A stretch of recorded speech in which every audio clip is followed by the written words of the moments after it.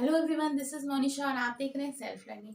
आज का विषय बहुत इंपॉर्टेंट होने वाला है क्योंकि कुछ स्टूडेंट्स की ऐसा कहना है कि वो किस तरह से अपना आंसर लिखें जिससे कि उन्हें अच्छे नंबर मिले। ठीक है। जैसे कि मैंने अभी पिछले दिनों जो कुछ भी बताया, जैसे कि जो फिलोसोफर्स हैं मॉडर्न फिलोसफी के अंतर्गत जो आते हैं, Immanuel Kant, George Berkeley, Leibniz, Spinoza और इसके साथ में रेने डेकार्टे और भी बहुत जो है। लेकिन आपने ये कहा कि अगर हम इनके बारे में, अगर हमें क्वेश्चन आता है, थ्योरेटिकल क्वेश्चन आता है जो 10 या 15 नंबर का या 20 नंबर का क्वेश्चन आता है, तो आप कैसे आंसर लिखें? क्योंकि मैंने आपको यहाँ पे सिर्फ फिलोसफिकल कॉन्सेप्ट समझाया है। तो मेरा काम क्या था कि मैं आपको यहाँ पर फिलोसफी में उन्होंने क्या काम किया है, उनकी किस तरीके के विचारधारा रही है, उसके बारे में समझाऊं, तो वो मैंने आपको समझा दिया है। लेकिन अगर आपको आंसर लिखना है तो आंसर में आपको आपकी नोट्स आपको बहुत अच्छे से बनाने होंगे, क्योंकि यहाँ पे मैं आपको नोट्स बनाना नहीं सिखा सकती। नोट्स बनाना सिखा सकती हूँ पर नोट्स नहीं बनवा सकती कि मैं यहाँ पे आपको नोट्स बनवाऊं। लेकिन मैं आपको ये जरूर बता सकती हूँ कि आपको जो कॉन्सेप्ट समझ में आ गया है और बुक की मदद से आप नोट्स किस तरह से बना सकते हैं। सपोज अगर हम मान लेते हैं कोई क्वेश्चन आया है, जैसे रेने डेकार्टे के बारे में ही क्वेश्चन आया है आपको कि रेने डेकार्टे कौन थे, इस तरीके से उन्होंने अपना काम किया और उनकी जो दार्शनिक विचारधाराएं हैं उन पर आप विस्तार में चर्चा करें। ठीक है, इस तरीके का प्रश्न आया है। अब अगर ये मान लेते हैं हम ये प्रश्न आया है, तो इसका हम आंसर कैसे लिखेंगे वो मैं आपको आज बताने वाली हूँ। बहुत ध्यान से इस वीडियो को देखिएगा। ये वीडियो उन सभी बच्चों के लिए बहुत इंपॉर्टेंट होने वाला है जो बीएड का एग्जाम दे रहे हैं या फिर एमएड का एग्जाम दे रहे हैं, जहां उन्हें थ्योरेटिकल आंसर लिखना होता है। तो आपको क्या करना है, फर्स्ट तो आपको बनानी है रूपरेखा। चलिए मैं इसको लिख लेती हूँ, फिर मैं आपको एक्सप्लेन करूंगी। देखिए, जब हम आंसर लिखते हैं तो एग्जामिनर जो होगा या फिर जो हमारी कॉपी चेक करने वाला है, वो हमारे आंसर लिखने की टेक्निक पर, हमने आंसर जो लिखा है किस तरीके से हमने उसको एक्सप्लेन करने की कोशिश की है, उस पर हमें नंबर देता है। ठीक है, साथ ही साथ में हमने आंसर कैसा लिखा है इस पर तो नंबर मिलते ही है। सपोज आपको 15 लॉन्ग आंसर टाइप का क्वेश्चन आए, 15 से 20 नंबर को क्वेश्चन आ रहे हैं, तो आपको उसको कैसे लिखना है, ठीक है, ये मैं आज आपको बताने वाली हूँ। तो देखिए, सबसे पहले आप क्या करें, आंसर को पढ़ें, समझें कि उसमें क्या क्या पूछा गया है। ठीक है, पहली बात इतना समय आपको देना है। इसके बाद आंसर लिखने से पहले आप बनाएं सिनॉप्सिस, जिसको हिंदी में कहते हैं रूपरेखा। ये आपको जरूर लिखनी है आपके आंसर से पहले, ताकि जो चेक करने वाला है उसको ये पता चल जाए पहले ही नजर में कि आपने इस आंसर में किस किस बात किस किन बातों का जिक्र किया है, क्या क्या आपने इस आंसर के अंतर्गत चर्चा की है, क्या आपने वो सारे ही जो एस्पेक्ट्स हैं वो इसमें कवर किए हैं जो क्वेश्चन में पूछे गए हैं या नहीं किए हैं। तो वो जरूर ये चीज देखना चाहता है, इस वजह से आप इस तरह से रूपरेखा जरूर बना लीजिए।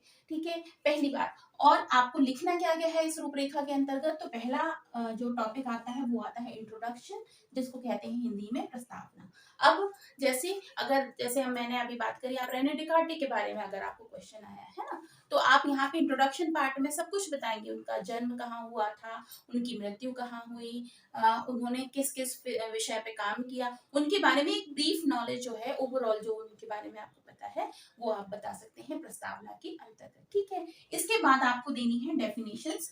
डेफिनेशन, उनकी कही हुई डेफिनेशंस आपको देनी है। ठीक है, डेफिनेशन में आप परिभाषा, जिसको हिंदी में कहते हैं, इसमें ध्यान रखना है कि आपको इन्वर्टेड कॉमास के अंतर्गत उस परिभाषा को लिखनी है। जब हम इन्वर्टेड कॉमास के अंतर्गत परिभाषा को लिखते हैं तो हमें वर्ड टू वर्ड, चाहे हिंदी में लिख रहे हो चाहे इंग्लिश में लिख रहे हो, हमें वही विषय वही शब्दों का उपयोग करना होता है जो उन्होंने कहा है।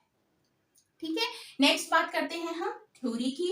अब थ्योरी के अंतर्गत सब कुछ आ जाता है, उन्होंने एजुकेशन के क्षेत्र में क्या थ्योरी दी है, ठीक है, रिलीजन के क्षेत्र में क्या थ्योरी दी है, धर्म के क्षेत्र में क्या थ्योरी दी है, फिलोसफी के क्षेत्र में क्या थ्योरी दी है, वो सारी थ्योरी आ जाती है। मतलब ये जो सिद्धांत वाला पार्ट है, इसमें आपको जितना भी आपने उनके विषय में थ्योरेटिकली चीज पढ़ी हुई है वो आपको यहाँ पर मेंशन करनी है। इसी के साथ में अगर उन्होंने कुछ बुक्स वगैरह लिखी हैं तो उस बुक्स का चर्चा भी आप यहाँ पर करेंगे कि इन्होंने कौन कौन सी बुक्स लिखी है, एजुकेशन के क्षेत्र में क्या लिखा है ना, ये सारी चीजों के विषय में आप यहाँ पर बताएंगे। अब नेक्स्ट आ जाता है, क्योंकि हम इस विषय से संबंधित हैं, हम एजुकेशन से संबंधित हैं, इस वजह से कंट्रीब्यूशन इन एजुकेशनल फील्ड या फिर एजुकेशन फील्ड जो है उनका शिक्षा क्षेत्र में क्या योगदान है, इसके बारे में भी आप यहाँ पर चर्चा करेंगे। तो contribution of in education field, शिक्षा के क्षेत्र में उनका योगदान। तो उन्होंने शिक्षा के क्षेत्र में अगर कोई नियम दिए हैं या फिर कोई सिद्धांत प्रतिपादित किए हैं या फिर उन्होंने कुछ जगह पर उनकी शैक्षिक विधियां हैं, शिक्षा से संबंधित सिद्धांत हैं, एम्स हैं एजुकेशन के, उन्होंने स्कूल के क्षेत्र में कुछ बताया है, उन्होंने सिलेबस के क्षेत्र में कुछ बताया है, मतलब पाठ्यक्रम के क्षेत्र में कुछ बताया है। तो ये सारी चीजें आपको यहाँ पर मेंशन करनी है, ठीक है। इसके बाद में आ जाता है क्रिटिसिज्म, क्योंकि हर एक व्यक्ति जो भी फिलोसफी के क्षेत्र में आया है तो उसके कुछ अनुयायी रहे हैं, मतलब जो उनके फॉलोअर्स होते हैं, जो उनकी प्रशंसा करते हैं, उनकी बातों पर चलते हैं, उनकी बातों को मानते हैं। लेकिन साथ ही साथ में हर एक वैज्ञानिक है या फिर हर कोई साइकोलॉजिस्ट है या फिर हर दार्शनिक है, उसके कुछ ना कुछ क्रिटिसिज्म भी हुए हैं। तो यहाँ पर आपको समालोचनात्मक व्याख्या करनी है, मतलब अच्छी और बुरी दोनों ही चीजें आपको बतानी है जो उनके बारे में कही गई है, ठीक है। या अच्छी कही गई है पहले आप उनके बारे में बता दीजिए, जो बुरी कही गई है उनके बारे में बता दीजिए। तो एक समालोचनात्मक व्याख्या करनी है आपको, इस तरीके से शब्दों का चयन करना है ताकि आप उनके बारे में सारी ही इंफॉर्मेशन दे सके। इसके बाद में लास्ट आता है कंक्लूजन, उपसंहार, जिसमें आप इस पूरे आंसर को कंक्लूड करके लिखेंगे कि उनका जो काम था वो इस फील्ड में था, इसके बाद इस फील्ड में था, फिर ये था। ओवरऑल जो उनकी बात है, उन्हें किस रूप में याद किया जाता है, किस रूप में उनके बारे में बातें की जाती हैं, इसके बारे में चर्चा आप यहाँ उपसंहार में करेंगे। और ये जो प्रोसेस है आंसर की ना, ये प्रोसेस जो है वो बीएड और एमएड के स्टूडेंट्स के लिए या फिर जो भी थ्योरेटिकल सब्जेक्ट से रिलेट करते हैं, उनको सभी को इस तरीके से ही अपने आंसर को फ्रेम करना चाहिए, ताकि आपको जो क्वेश्चन पूछा जा रहा है, अगर लॉन्ग आंसर क्वेश्चन है, दीर्घ उत्तरीय आपको प्रश्न आया है, तो आप इस तरह से लिखेंगे तो आराम से आप अपने प्रश्न को पूरी तरीके से समझा पाएंगे, सिखा पाएंगे। अब सपोज ये हो जाता है अगर कि आपका समय खत्म होने वाला है, आपको जल्दी जल्दी लिखना है, तो रूपरेखा करने से या फिर आपकी इस तरीके से एक्सप्लेन कर देने से क्या होता है कि आंसर जो चेक करता है ना, चेक करने वाले को, वेल्युअर को ये पता होता है कि बच्चे का पूरा कॉन्सेप्ट रेडी था, तैयार था। तो और आपने जितने भी पॉइंट क्लियर कर लिए, इंट्रोडक्शन पार्ट कंप्लीट कर लिया, ठीक है, डेफिनेशन पार्ट कंप्लीट कर लिया, थ्योरी पार्ट कंप्लीट कर लिया, तो वो आंसर को नंबर देने में कुछ ना कुछ नंबर जरूर देता है, अगर आप आंसर पूरा नहीं लिख पाए हैं तभी, ठीक है। तो ये प्रोसीजर फॉलो करके आंसर को लिख सकते हैं, इसी प्रोसीजर पर आप अपने नोट्स बना सकते हैं। तो जो स्टूडेंट मुझसे पूछ रहे थे कि मैम आप जो कॉन्सेप्ट बता रही हो बहुत ही छोटे शॉर्ट में बता रही, तो मैं सिर्फ आपको एजुकेशनल फिलोसफी बता रही थी। आप अपना आंसर लिखने के लिए इस तरह से आप नोट्स बनाइए, और नोट्स बनाने में अगर आपको कोई हेल्प चाहिए तो मुझसे जरूर पूछेगा, मैं उसकी भी आपको बारे में आपको बताने की पूरी कोशिश करूंगी।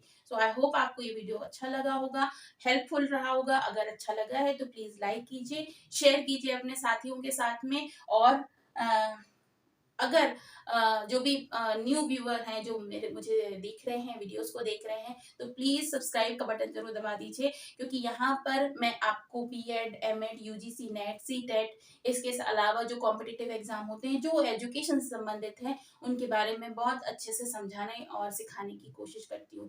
तो प्लीज सब्सक्राइब कीजिए सेल्फ लर्निंग को, और इस तरीके से आगे शेयर करते जाइए। आई होप मैं आपको आपकी अपनी एजुकेशन की तैयारी में आपकी हेल्प कर पाती हूँ। So that's all from my side in this video. मिलती हूँ नेक्स्ट वीडियो में। Bye bye.